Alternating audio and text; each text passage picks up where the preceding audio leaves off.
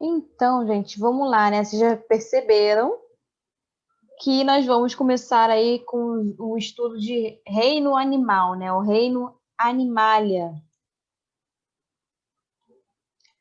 né? É um dos reinos mais conhecidos de todos. Entrou também a Maísa, deixa eu botar aqui na minha listinha da chamada. É o reino mais conhecido de todos, o que geralmente o pessoal mais gosta de ver, né? E também o mais diverso. E é claro que nós vamos começar com os conceitos, né? Uma visão geral desse reino animal aí. Né? Vocês já tiveram alguns contatos do que a gente vai falar hoje. Vou pegar alguns exemplos aí do filme do Nemo, que vai ser vai ser um dos animais do nosso tema, né? E vamos lá. Opa, por que não está passando isso aqui? Ah, pronto. Então, assim, primeiramente, uma introdução, né? Vamos ver aí alguns conceitos básicos, né? Antes disso,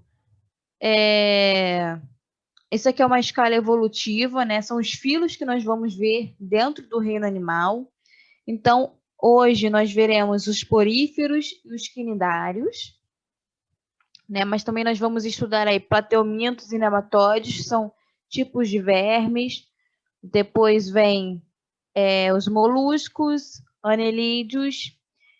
Essa parte aqui de moluscos e anelídeos, tá? Tem alguns cursos que botam o anelídeo na frente dos moluscos.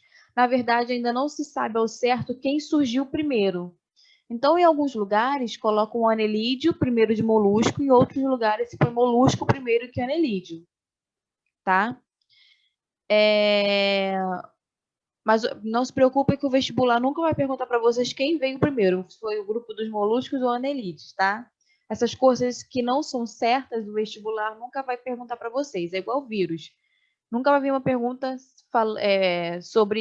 perguntando, né, se vírus é ou não um ser vivo, né? Porque a comunidade científica nem sabe sobre isso ainda, então não tem como perguntar para vocês. Depois vem os artrópodes, depois vem os equinodermos e, por último, os cordados, tá? Que são os animais vertebrados. Então, vamos lá, gente. Entrou mais gente? Deixa eu ver. Davi entrou. Deixa eu botar aqui o nomezinho. Então, vamos lá. Esse reino animal também é chamado de metazoa, tá? Então, se vocês virem por aí, metazoa tá falando, né, em relação ao reino animal, né, ou ao reino animalia. São seres eucariontes, tá? Todos os seres são seres eucariontes. O único ser procarionte, quem é? São as bactérias, tá?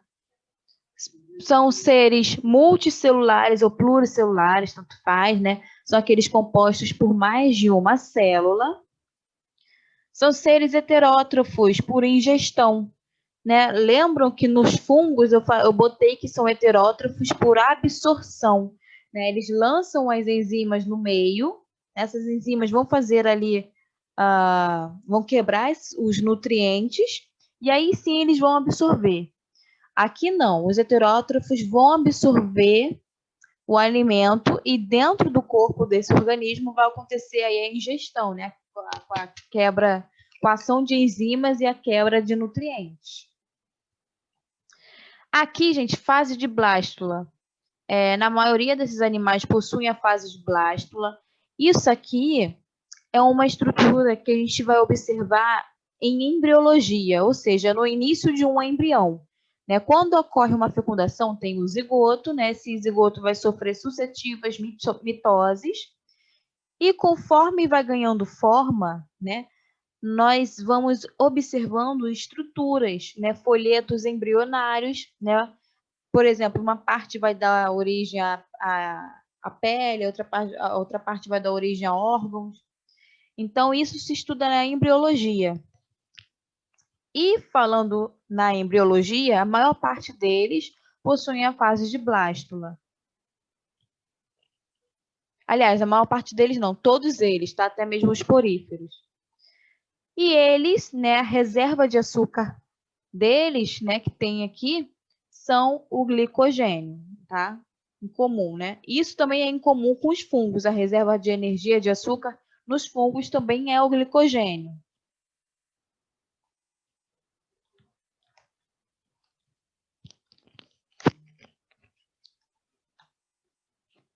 Então, só para a gente entender a parte de embriologia, que isso eu vou usar bastante, tá? Sobre blástula e gástrula. Então, gente, na embriologia, né, temos aqui o zigoto, ele vai sofrendo sucessivas mitoses, né? Nessa imagem aqui com fundo rosa. Então, olha, conforme vai sofrendo mitose, né, vai se multiplicando as células e elas vão começar a pegar uma forma. Aqui no final já tem uma forma, né? Aparece até uma cavidade aqui entre essas células, no meio dessas células. E quando elas possuem essa estrutura aqui, é chamada de blástula, tá? Que já tem aqui, já pode ver aqui nessa imagem do lado, onde nós temos aqui uma estrutura cheia de célula, né? E por dentro tem uma cavidade.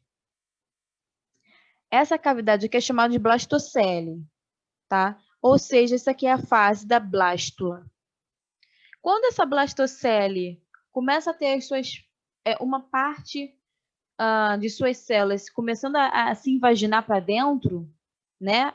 Igual essa imagem do meio aqui, ela está se transformando numa outra fase, que a gente chama de fase de gástrula, tá? Essa fase de gástrula a gente pode observar aqui embaixo também, tá? É uma blástula em que teve essas células aqui começaram a entrar para dentro, tá?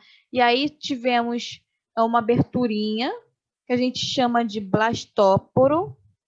Isso daí vai ser importante para outros filos.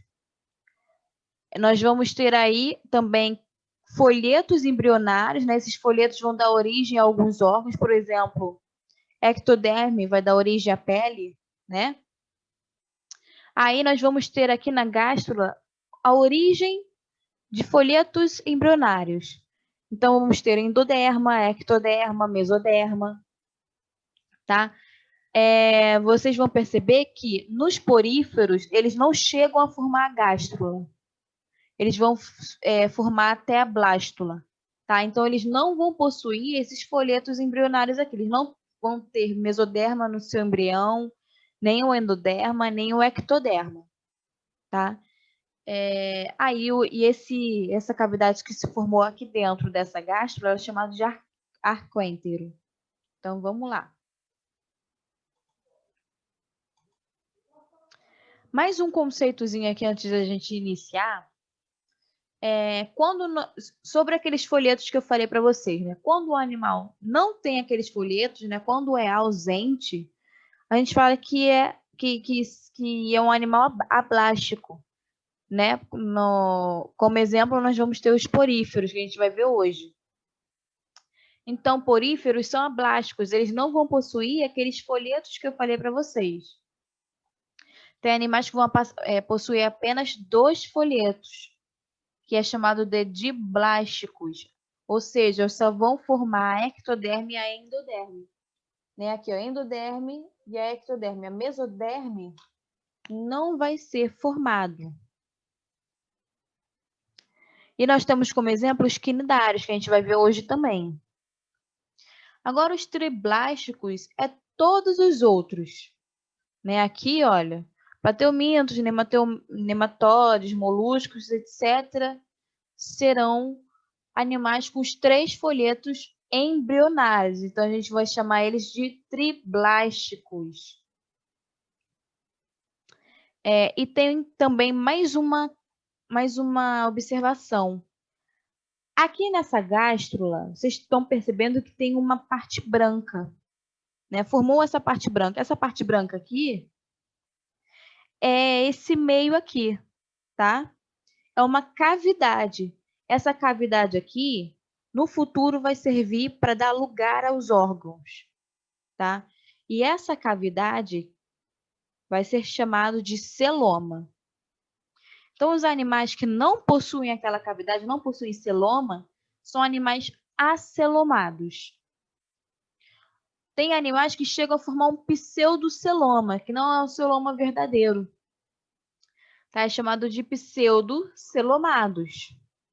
E tem os animais que é como a gente, formam celomas verdadeiros, então são animais celomados. Então, como é que seria isso? Olha só. Um acelomado não vai ter aquela cavidade, né? Vocês estão vendo aqui que temos ectoderme, mesoderme e endoderme. Não tem nenhum espaço entre esses folhetos. Tá? Essa aqui é uma visão, gente, eu fiz um corte como se estivesse vendo por cima de uma célula. E aqui, olha, no pseudocelomado, vocês podem ver a diferença de um pseudocelomado para um celomado. A parte branca é o celoma. Só que no celomado, vocês percebam que esse celoma está envolvido apenas pela parte vermelhinha, que é a parte do mesoderme. Então, num celoma verdadeiro, ele fica envolvido pela mesoderme. No pseudoceloma, ele fica entre a mesoderme, que é a parte vermelhinha, e o endoderme, que é a parte aqui amarela. Tá? Então, por isso é um pseudoceloma. Então, vamos lá de filo, né? Vamos começar pelos poríferos. Vocês estão vendo aí que são animais aquáticos, né? Eles são animais que ficam no fundo do mar, que ficam em corais. Deixa eu só diminuir aqui o chat. Então, não é pedra, gente. Isso aqui é um bicho, tá? Isso aqui é do reino animal. Isso aqui não é uma pedra, não é algo sem vida, tá? Então, isso aqui, gente, é conhecido também como esponjas, né? Por isso que eu botei até o Bob Esponja lá no início, que é sobre a aula de hoje. Só que a esponja verdadeira mesmo, do mar, é essa aqui, né? Nada parecido com o Bob Esponja. Eles também podem ser chamados de espongiários. Esses animais, tá aqui, ó, não possuem tecidos verdadeiros, né? Eles não possuem aqueles tecidos mesoderma, ectoderma, endoderma. Eles são ablásticos. E por isso eles também são considerados, né? São considerados em um sub-reino. Eles são do reino Parazoa, tá? Eles são do reino Animalia, mas tem um sub-reino que é do Parazoa. São aqueles que não possuem tecidos verdadeiros. Então, olha só, eles são ablásticos e também são acelomados, né? Eles não vão possuir celomas. Então, não apresentam órgãos, porque para apresentar órgãos, eles precisam ter celomas. São animais aquáticos, tanto em meio marinho quanto em dulcícolas, né? Dulcícolas são de água doce, né? Algumas espécies são de água doce. São animais sésseis, são animais que não possuem movimento. Pode ser que eles ficam fixos no substrato, ou pode ser que eles ficam aí à mercê da maré, né? Mas eles não conseguem se mover por conta própria. Então, animais sésseis significa aqueles que não possuem movimento próprio, não possuem um movimento voluntário deles. Agora, também temos uma questão da simetria, né? A simetria, eles são oh, meu Deus, aqui eu botei dois. É assimétricos só, tá? Somente. Então, dentro de simetria, nós temos aí dois tipos, né? Nós temos aí o tipo bilateral. Nós vamos ter o tipo radiada ou birradiada, tanto faz, tá? E o tipo também assimétrico. O assimétrico é aqueles que não possuem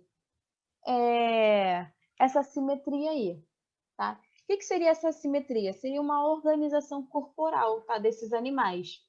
E aí vai possuir esse tipo de simetria. No caso aqui, são assimétricos, não possuem. Deixa eu até tirar essa parte, porque senão eu vou esquecer. Pronto. eles são animais filtradores, tá? São animais filtradores. Eles conseguem filtrar a água que entra dentro por poros, que eles são animais que possuem poros, e saem por essa aberturinha aqui, que vocês já vão ver, já vão estudar sobre isso. Eles não possuem sistemas, órgãos ou tecidos verdadeiros, mas são formados por células. E essas células são diferenciadas, ou seja, elas possuem, né, divisão de trabalho. Tá? Cada uma ali vai ser responsável por alguma coisa. Nós vamos também ver essas células. Em relação à simetria, tem animais que são bilaterais, né, onde tem aqui um corte, um único corte, né, um único plano de corte, dando origem a duas metades idênticas ou iguais, semelhantes. A radiada é quando temos mais de um plano de corte, né? Esses planos se encontram em um centro. O assimétrico não tem isso, não tem simetria. Então vamos lá, né? Vamos estudar as células de um porífero.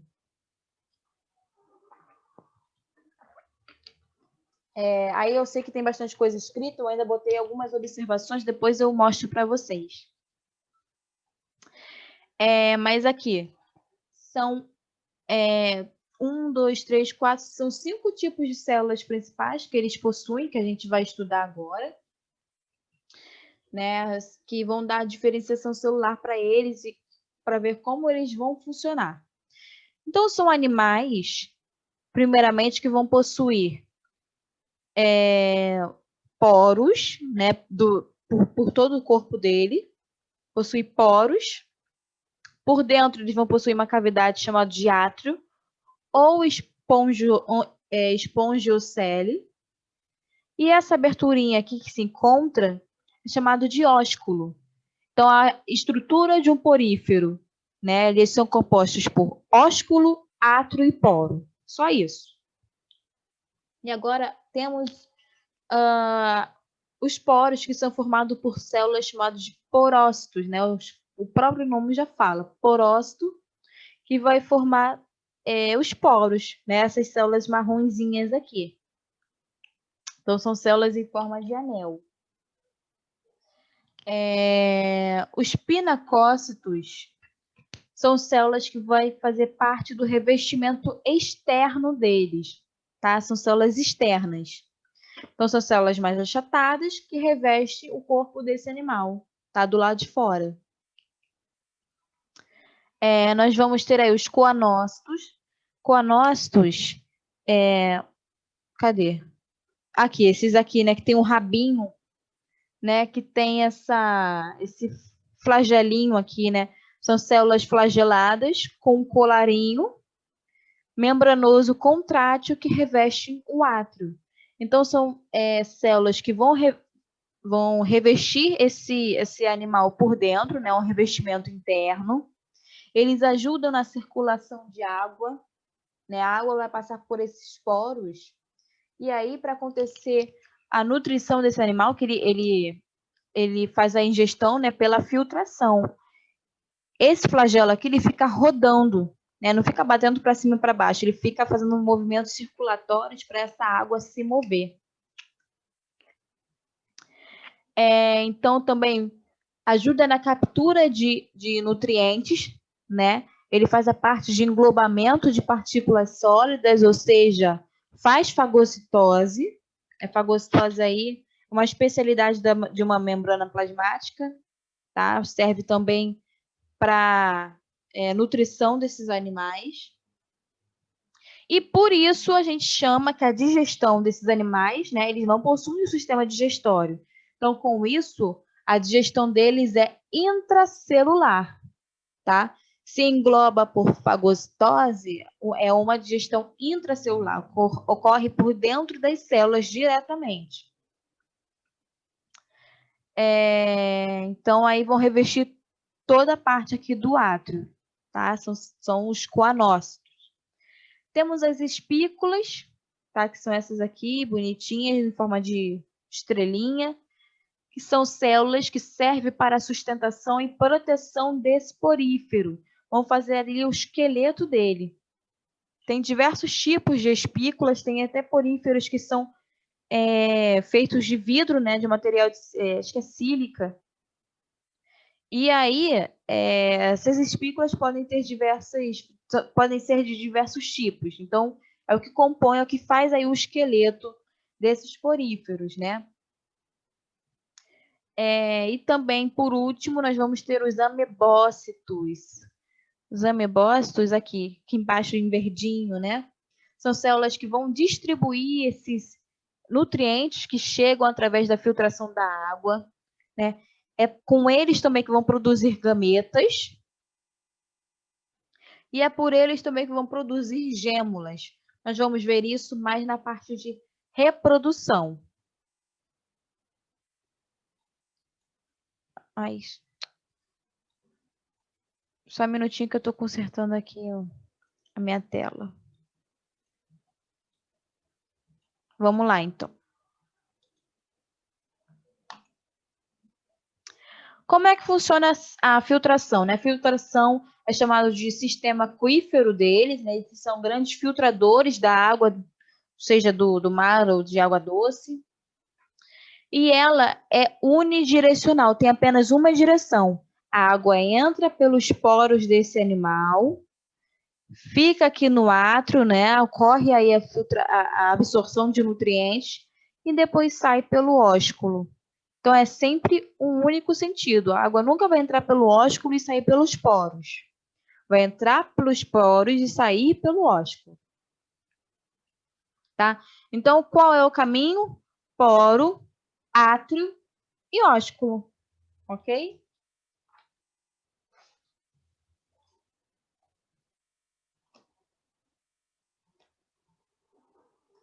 Então, vamos lá na reprodução, né? Reprodução assexuada. Nós estamos vendo... oh, meu Deus! Estamos vendo aí 3 tipos de reprodução assexuada. Né? São aquele tipo de reprodução em que não há encontros de gametas masculinos e femininos. Então, vamos lá. Nessa primeira parte aqui, na regeneração, ou a gente também pode estar chamando de fragmentação, né? É quando há pequenas partes dessa esponja e essas partes começam a se regenerar. Então, são partes da esponja que se regeneram, tá? Por isso o nome, regeneração ou fragmentação. Então, sim, se quebrar a esponja e partir ela em vários pedacinhos, cada um desses pedacinhos vão se regenerar e dar origem a um novo indivíduo, tá? Isso daí é uma reprodução assexuada. Também temos brotamento, né? Por onde surge aí um broto externo nesses animais. E aí daqui pode formar vários outros brotos, ou esse broto pode cair no substrato e dali surgir um novo indivíduo. Tá? E temos aí a parte, então, do brotamento. E a gemulação. Gemulação é quando temos um broto interno, né? Geralmente mais de água doce, são espécies de água doce que fazem isso. É quando esse porífero sente ou que a água está baixando, ou que a água está muito quente, né? Ele sente que o meio ambiente não está mais favorável a ele, ele cria um broto interno que é uma forma de resistência, tá? E aí, quando tiver um ambiente favorável de novo, esse brotinho que ficou guardado vai começar a formar um novo indivíduo, né? Então, é como se fosse uma forma de resistência. Agora, na reprodução sexuada, que eles também podem fazer, tá?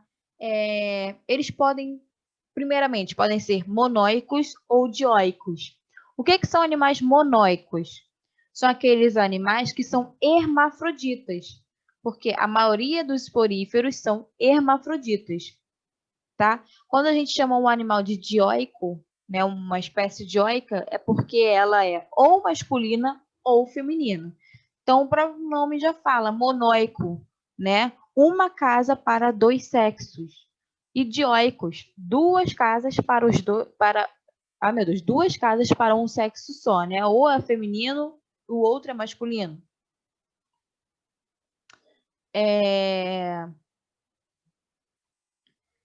Então, vamos lá. Como é que acontece a reprodução sexuada? Ocorre que vamos ter uma esponja masculina que vai liberar espermatozoides no meio aquático. Eles vão nadando até a parte feminina, onde entram pelos poros e encontram os gametas femininos, né, na parte do átrio. Aqui ocorre a fecundação, tá? E depois dessa fecundação, né, vai ocorrendo sucessivas divisões que vai gerar uma larvinha, né? Essa larvinha vai ser liberada pelo ósculo, né? Vai ficar aí no ambiente aquático até cair num substrato. Quando ela cai no substrato, ela vai fazer a fixação, né? E vai gerar aí um novo indivíduo. E é assim, é simples, né? Vai ter o espermatozoide que vai até a parte feminina, isso quando são de sexos separados, né? Vai até a parte, uma esponja feminina aqui, onde encontra com um óvulo, né? Aí eles vão aqui para dentro do átrio, eles vão liberar uma larva depois da fecundação. Essa larva fica no meio ambiente até cair num substrato e ali dá origem a uma nova esponjinha. Tá bom? Essa é a parte sexuada. Agora, uma observação aqui, reprodução sexuada deles tem um desenvolvimento indireto. O que quer dizer isso? Que eles possuem uma fase larval. Todo ser vivo que possui uma fase larval, a gente chama isso de desenvolvimento indireto. Tá? Acho que foi isso. Agora, alguém tem alguma dúvida em poríferos? Eu não, professora. Beleza. Se alguém quiser também digitar, tá? Tô aqui olhando o chat. Então, vamos lá. E essa foi porífero, gente. Nós estudamos as esponjinhas do mar. Agora, vamos para os quinidários. Não sei se eu já começo aqui. Eu vou finalizar esse vídeo e partir para o próximo encontro. Então, vamos lá. Filoquinidária, né? Ou como eram chamados antigamente, os selenterados. Então, eles são animais diblásticos, né? Eles possuem apenas 2 folhetos embrionários, né? O endoderme e o ectoderme. São animais acelomados, eles não vão possuir celomas também, né? Por isso eles não terão órgãos. São animais aquáticos, podem ser marinhos ou ducícolas de água doce. Eles possuem o dimorfismo, né, do corpo. Eles podem estar em modo de pólipos ou medusas, né? Então, eles vão ter essa alternância aí no corpo deles. Uma hora eles podem estar sésseis, outra hora eles podem ser livres. Eles possuem uma simetria birradial ou radial, né? É aquele que possui vários planos de cortes. E são onívoros. Eles comem plantas, algas, peixinhos, né? Tudo. E agora, qual é a novidade evolutiva que tem nesse grupo que não tinha nos poríferos, né? O que apareceu de novo? Então, eles possuem tecidos verdadeiros, né? Epiderme e a gastroderme, tá? A epiderme será gerada pelo folheto ectoderme e a gastroderme será gerada pelo folheto da endoderme, né? Isso aqui são os folhetos embrionários que vai dar origem a tecidos verdadeiros. A digestão deles, gente, não será pela célula. Vai ser uma digestão extracelular. Vai ocorrer fora da célula, primeiro. E aqui eles já vão possuir um sistema nervoso que vai acontecer de uma forma difusa, né? Não tem ainda um sistema igual ao nosso, mas já ocorre de uma maneira difusa, ou seja, passa de célula a célula.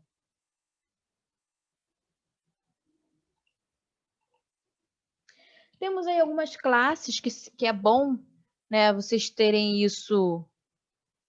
É bom sempre ter essa informação, né, porque já caiu, por exemplo, coisas de caravela, água-viva, anemona do mar, né? Então, olha só, primeiro nós temos a classe hidrozoa, tá? Particularmente as hidras são de água doce, tá? Então, temos aí a caravela e as hidras, que pertencem a essa classe. Nós também temos a parte das anêmonas do mar ou os corais. Os dois aqui, olha, são da classe Anthozoa, tá? Eles são exclusivos de pólipo, eles ficam presos, eles são sésseis. Eles não são livres nadantes, né? E os corais, gente, eles são interessantes a gente falar um pouco mais aqui, trazendo um pouco de ecologia.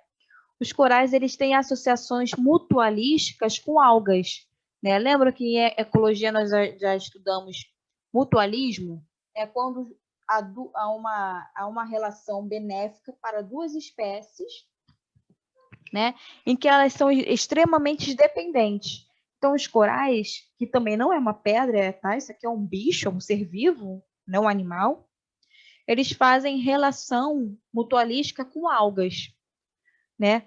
Eles fornecem uma casa, uma proteção para as algas, né? Um abrigo para as algas, para essas algas.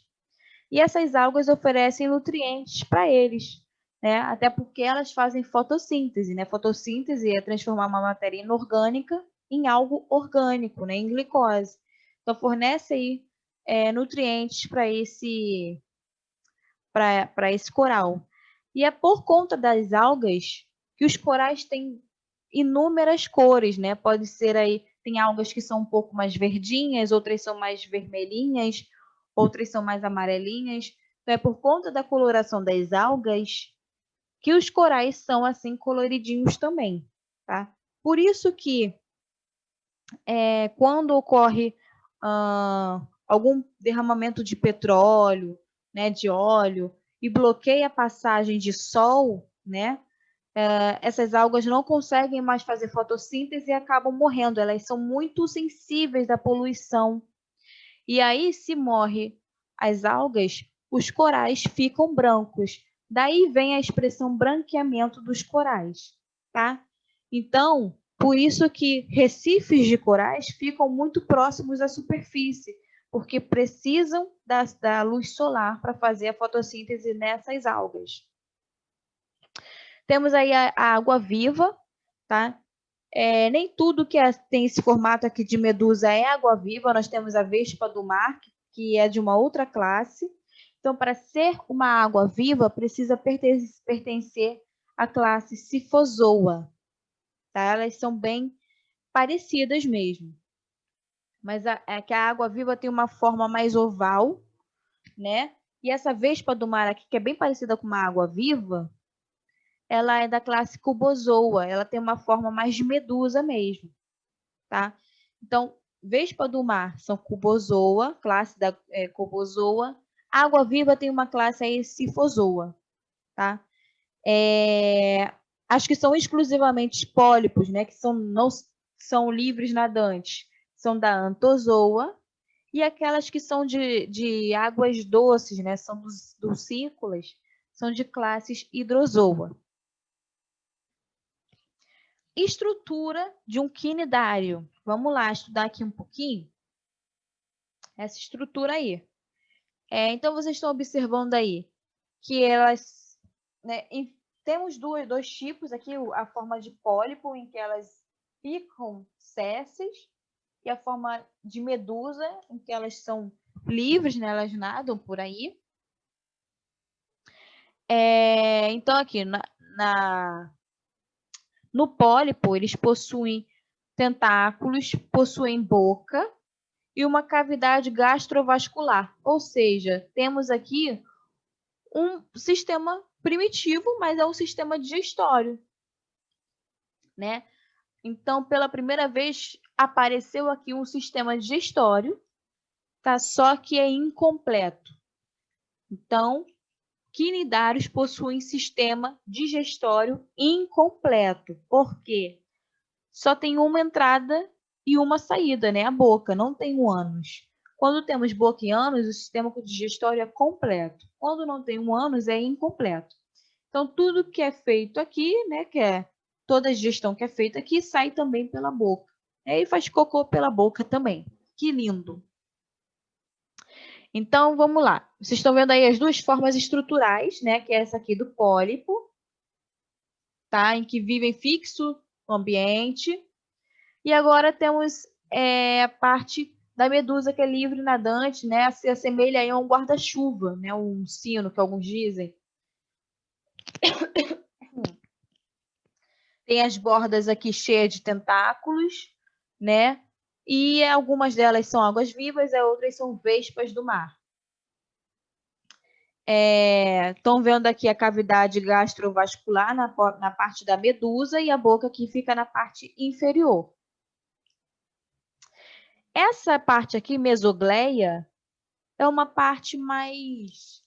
é uma região mais gelatinosa delas, tá? Os poríferos, gente, também possuem uma região gelatinosa, que eu esqueci de mencionar, só que é chamado de mesoílo. Tá? Alguns livros vão também mencionar mesogleia para os poríferos, mas o correto é mesoílo, porque mesogleia é mais usado nos quinidários. Então, essa parte aqui, né, rosa, é chamada de mesogleia, é uma região mais gelatinosa. Tem a parte da gastroderme, né, e temos a parte da epiderme, que é mais externo. Então, aqui a ectoderme, que é aquele folheto embrionário, né, quando a gente fala sobre embrião, as primeiras células, né, a ectoderme vai dar origem à epiderme, que é esse revestimento externo, e o endoderme vai dar origem à gastroderme, que vai revestir internamente essa cavidade aqui digestória do animal. E também esses animais, né, possuem aqueles famosos venenos, né? Eles queimam. E da onde que surgem isso, né? Os quinidários, eles vão possuir tecidos, né, com células diferenciadas que vão executar papéis definidos. E tem algumas células que são chamadas de quinidócitos ou quinidoblastos, como está aqui, né? Que vão conter aí uma cápsula chamada de nematocisto, tá? Isso aqui, amarelinho, que vocês estão vendo, e que vai aqui que vai abrigar o veneno, né? O veneno urticante que vai meio que atacar a presa ou para se defender. Então, isso aqui é uma célula, onde nós vamos ter o núcleo, o nematocisto, o citoplasma todo aqui, né? O opérculo, e o filamento urticante, que é esse fiozinho aqui enrolado. Então, essa parte aqui, essa imagem A, é um quinidoblasto fechado. Ele não está aberto. Esse quinidocílio aqui que vocês estão vendo é como se fosse um gatilho, né? Quando ele sente algo se aproximando, ele meio que agarra e libera essa parte aqui urticante. Quando isso é liberado, geralmente essa parte fica ou na pele, se for, por exemplo, na gente, atacou a gente, né? Isso aqui, a célula vem junto com a gente, não fica no animal. Essa célula se desprende, por isso que continua queimando, tá? Porque continua sendo injetado ali o material urticante. Aí, quando isso é liberado, né, pelo animal, a parte de dentro aqui se abre toda, né? Então, isso aqui é liberado o veneno. Então, aqui temos a descarga de líquido tóxico, que vai dar aquela queimação toda, e o pessoal usa aí vinagre, areia quente, sei lá mais o que, né? Então, aqui são células diferenciadas, são abundantes na epiderme dos tentáculos, e constitui um instrumento de defesa ou de captura de presas.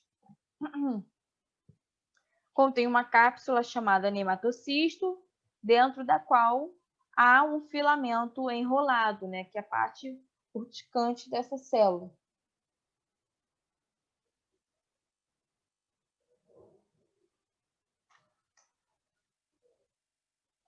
Lembrando também que em pequenos animais isso pode causar até a morte. Claro que na gente não, né? Na gente vai ser mais uma queimadura, uma queimação, uma lesão dolorosa, né?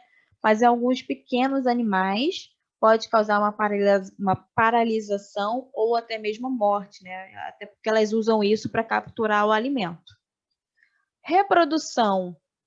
Há espécies monóicas, né, hermafroditas, e também há espécies... Que isso, gente? Alguém está falando? Sim, porque queima... Então, eu já respondi. Por que queima quando ela entra em contato com a gente? Geralmente respondeu sim, professora. Respondi, né? Falei que isso pode ser até uma forma de defesa dela e que ela lança essa matéria urticante e a célula acaba vindo, fica presa na gente, não fica com o animal. Né? Então, por isso que continua queimando mesmo depois que a gente sai já ia falar do sol, da água. Volta, gente. Agora foi. Mas a maioria é dioica. Dioica é que temos o macho e temos a fêmea. A reprodução assexuada, né? Algumas hidras fazem a parte do brotamento, é aquela que a gente já viu. Né? O brotamento que nasce um broto, e aí pode se desagarrar, cair num substrato e nascer um novo indivíduo. E temos a parte sexuada. Nessa parte sexuada, nós vamos ter a alternância de gerações. É parecido com o que a gente já viu em plantas. Tá? Só que em plantas nós vamos ter a parte esporofítica, que é diploide, e a parte gametofítica, que é haploide. Aqui não há parte haploide, né, que contém metade dos cromossomas. Aqui é tudo diploide. Tá? Também é conhecido, né, essa alternância é conhecido também como metagênese. E também elas vão produzir uma larva, então a gente chama isso de desenvolvimento indireto. Tá? Isso aqui é só para mostrar que temos a parte de medusa, né, e depois elas vão para a parte de pólipos. Vocês estão mais acostumados a ver essa parte aqui, né, de medusa. É o que a gente vê mais por aí, a parte de medusa, até porque a parte que elas estão em pólipo, estão fixadas lá no fundo do oceano, a gente não vai conseguir ver. Então, vamos lá. Temos a parte aqui, temos uma medusa macho, né, uma medusa fêmea, né, águas vivas aqui, macho e fêmea. Elas vão liberar o quê? Espermatozoides na água. Esses espermatozoides vão se encontrar com essa medusa fêmea, né? Vai acontecer uma fecundação interna, né? Vai encontrar o óvulo, ocorre uma fecundação interna, né? Então, depois dessa fecundação, né, se desenvolve aí uma larva. Essa larva, gente, tem um nomezinho, tá? Que é chamado de plânula, mas não se preocupe com esse nome, não, tá? Só tem que saber que tem uma fase larval, então é um desenvolvimento indireto. Então, depois da fecundação, nasce uma larva.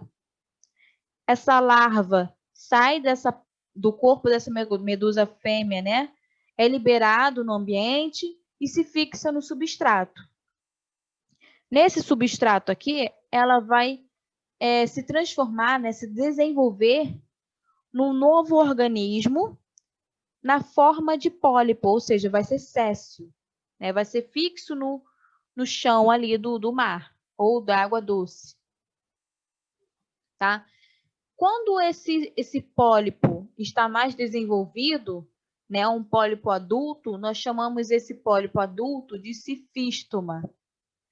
Nessa parte de cifístoma, vai acontecer o que a gente chama de estrobilização. Vai ser liberado estróbilos. Nesse caso aqui, são uma espécie de medusas jovens, tá? Aqui, essa partezinha pequenininha que vocês estão vendo. Essas medusas bem jovenzinhas ainda, vão sofrer uma diferenciação, né? Vão se desenvolver, vão se desprender primeiramente desse pólipo, vão se desenvolver no meio aquático e vão se tornar medusas.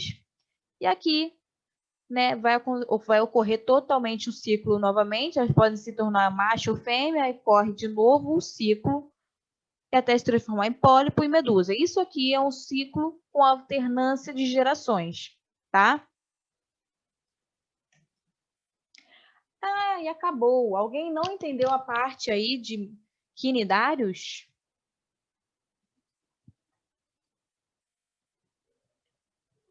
Tá tudo bem, gente? Vocês entenderam essa parte de reprodução? Alternância de gerações, tá tudo ok?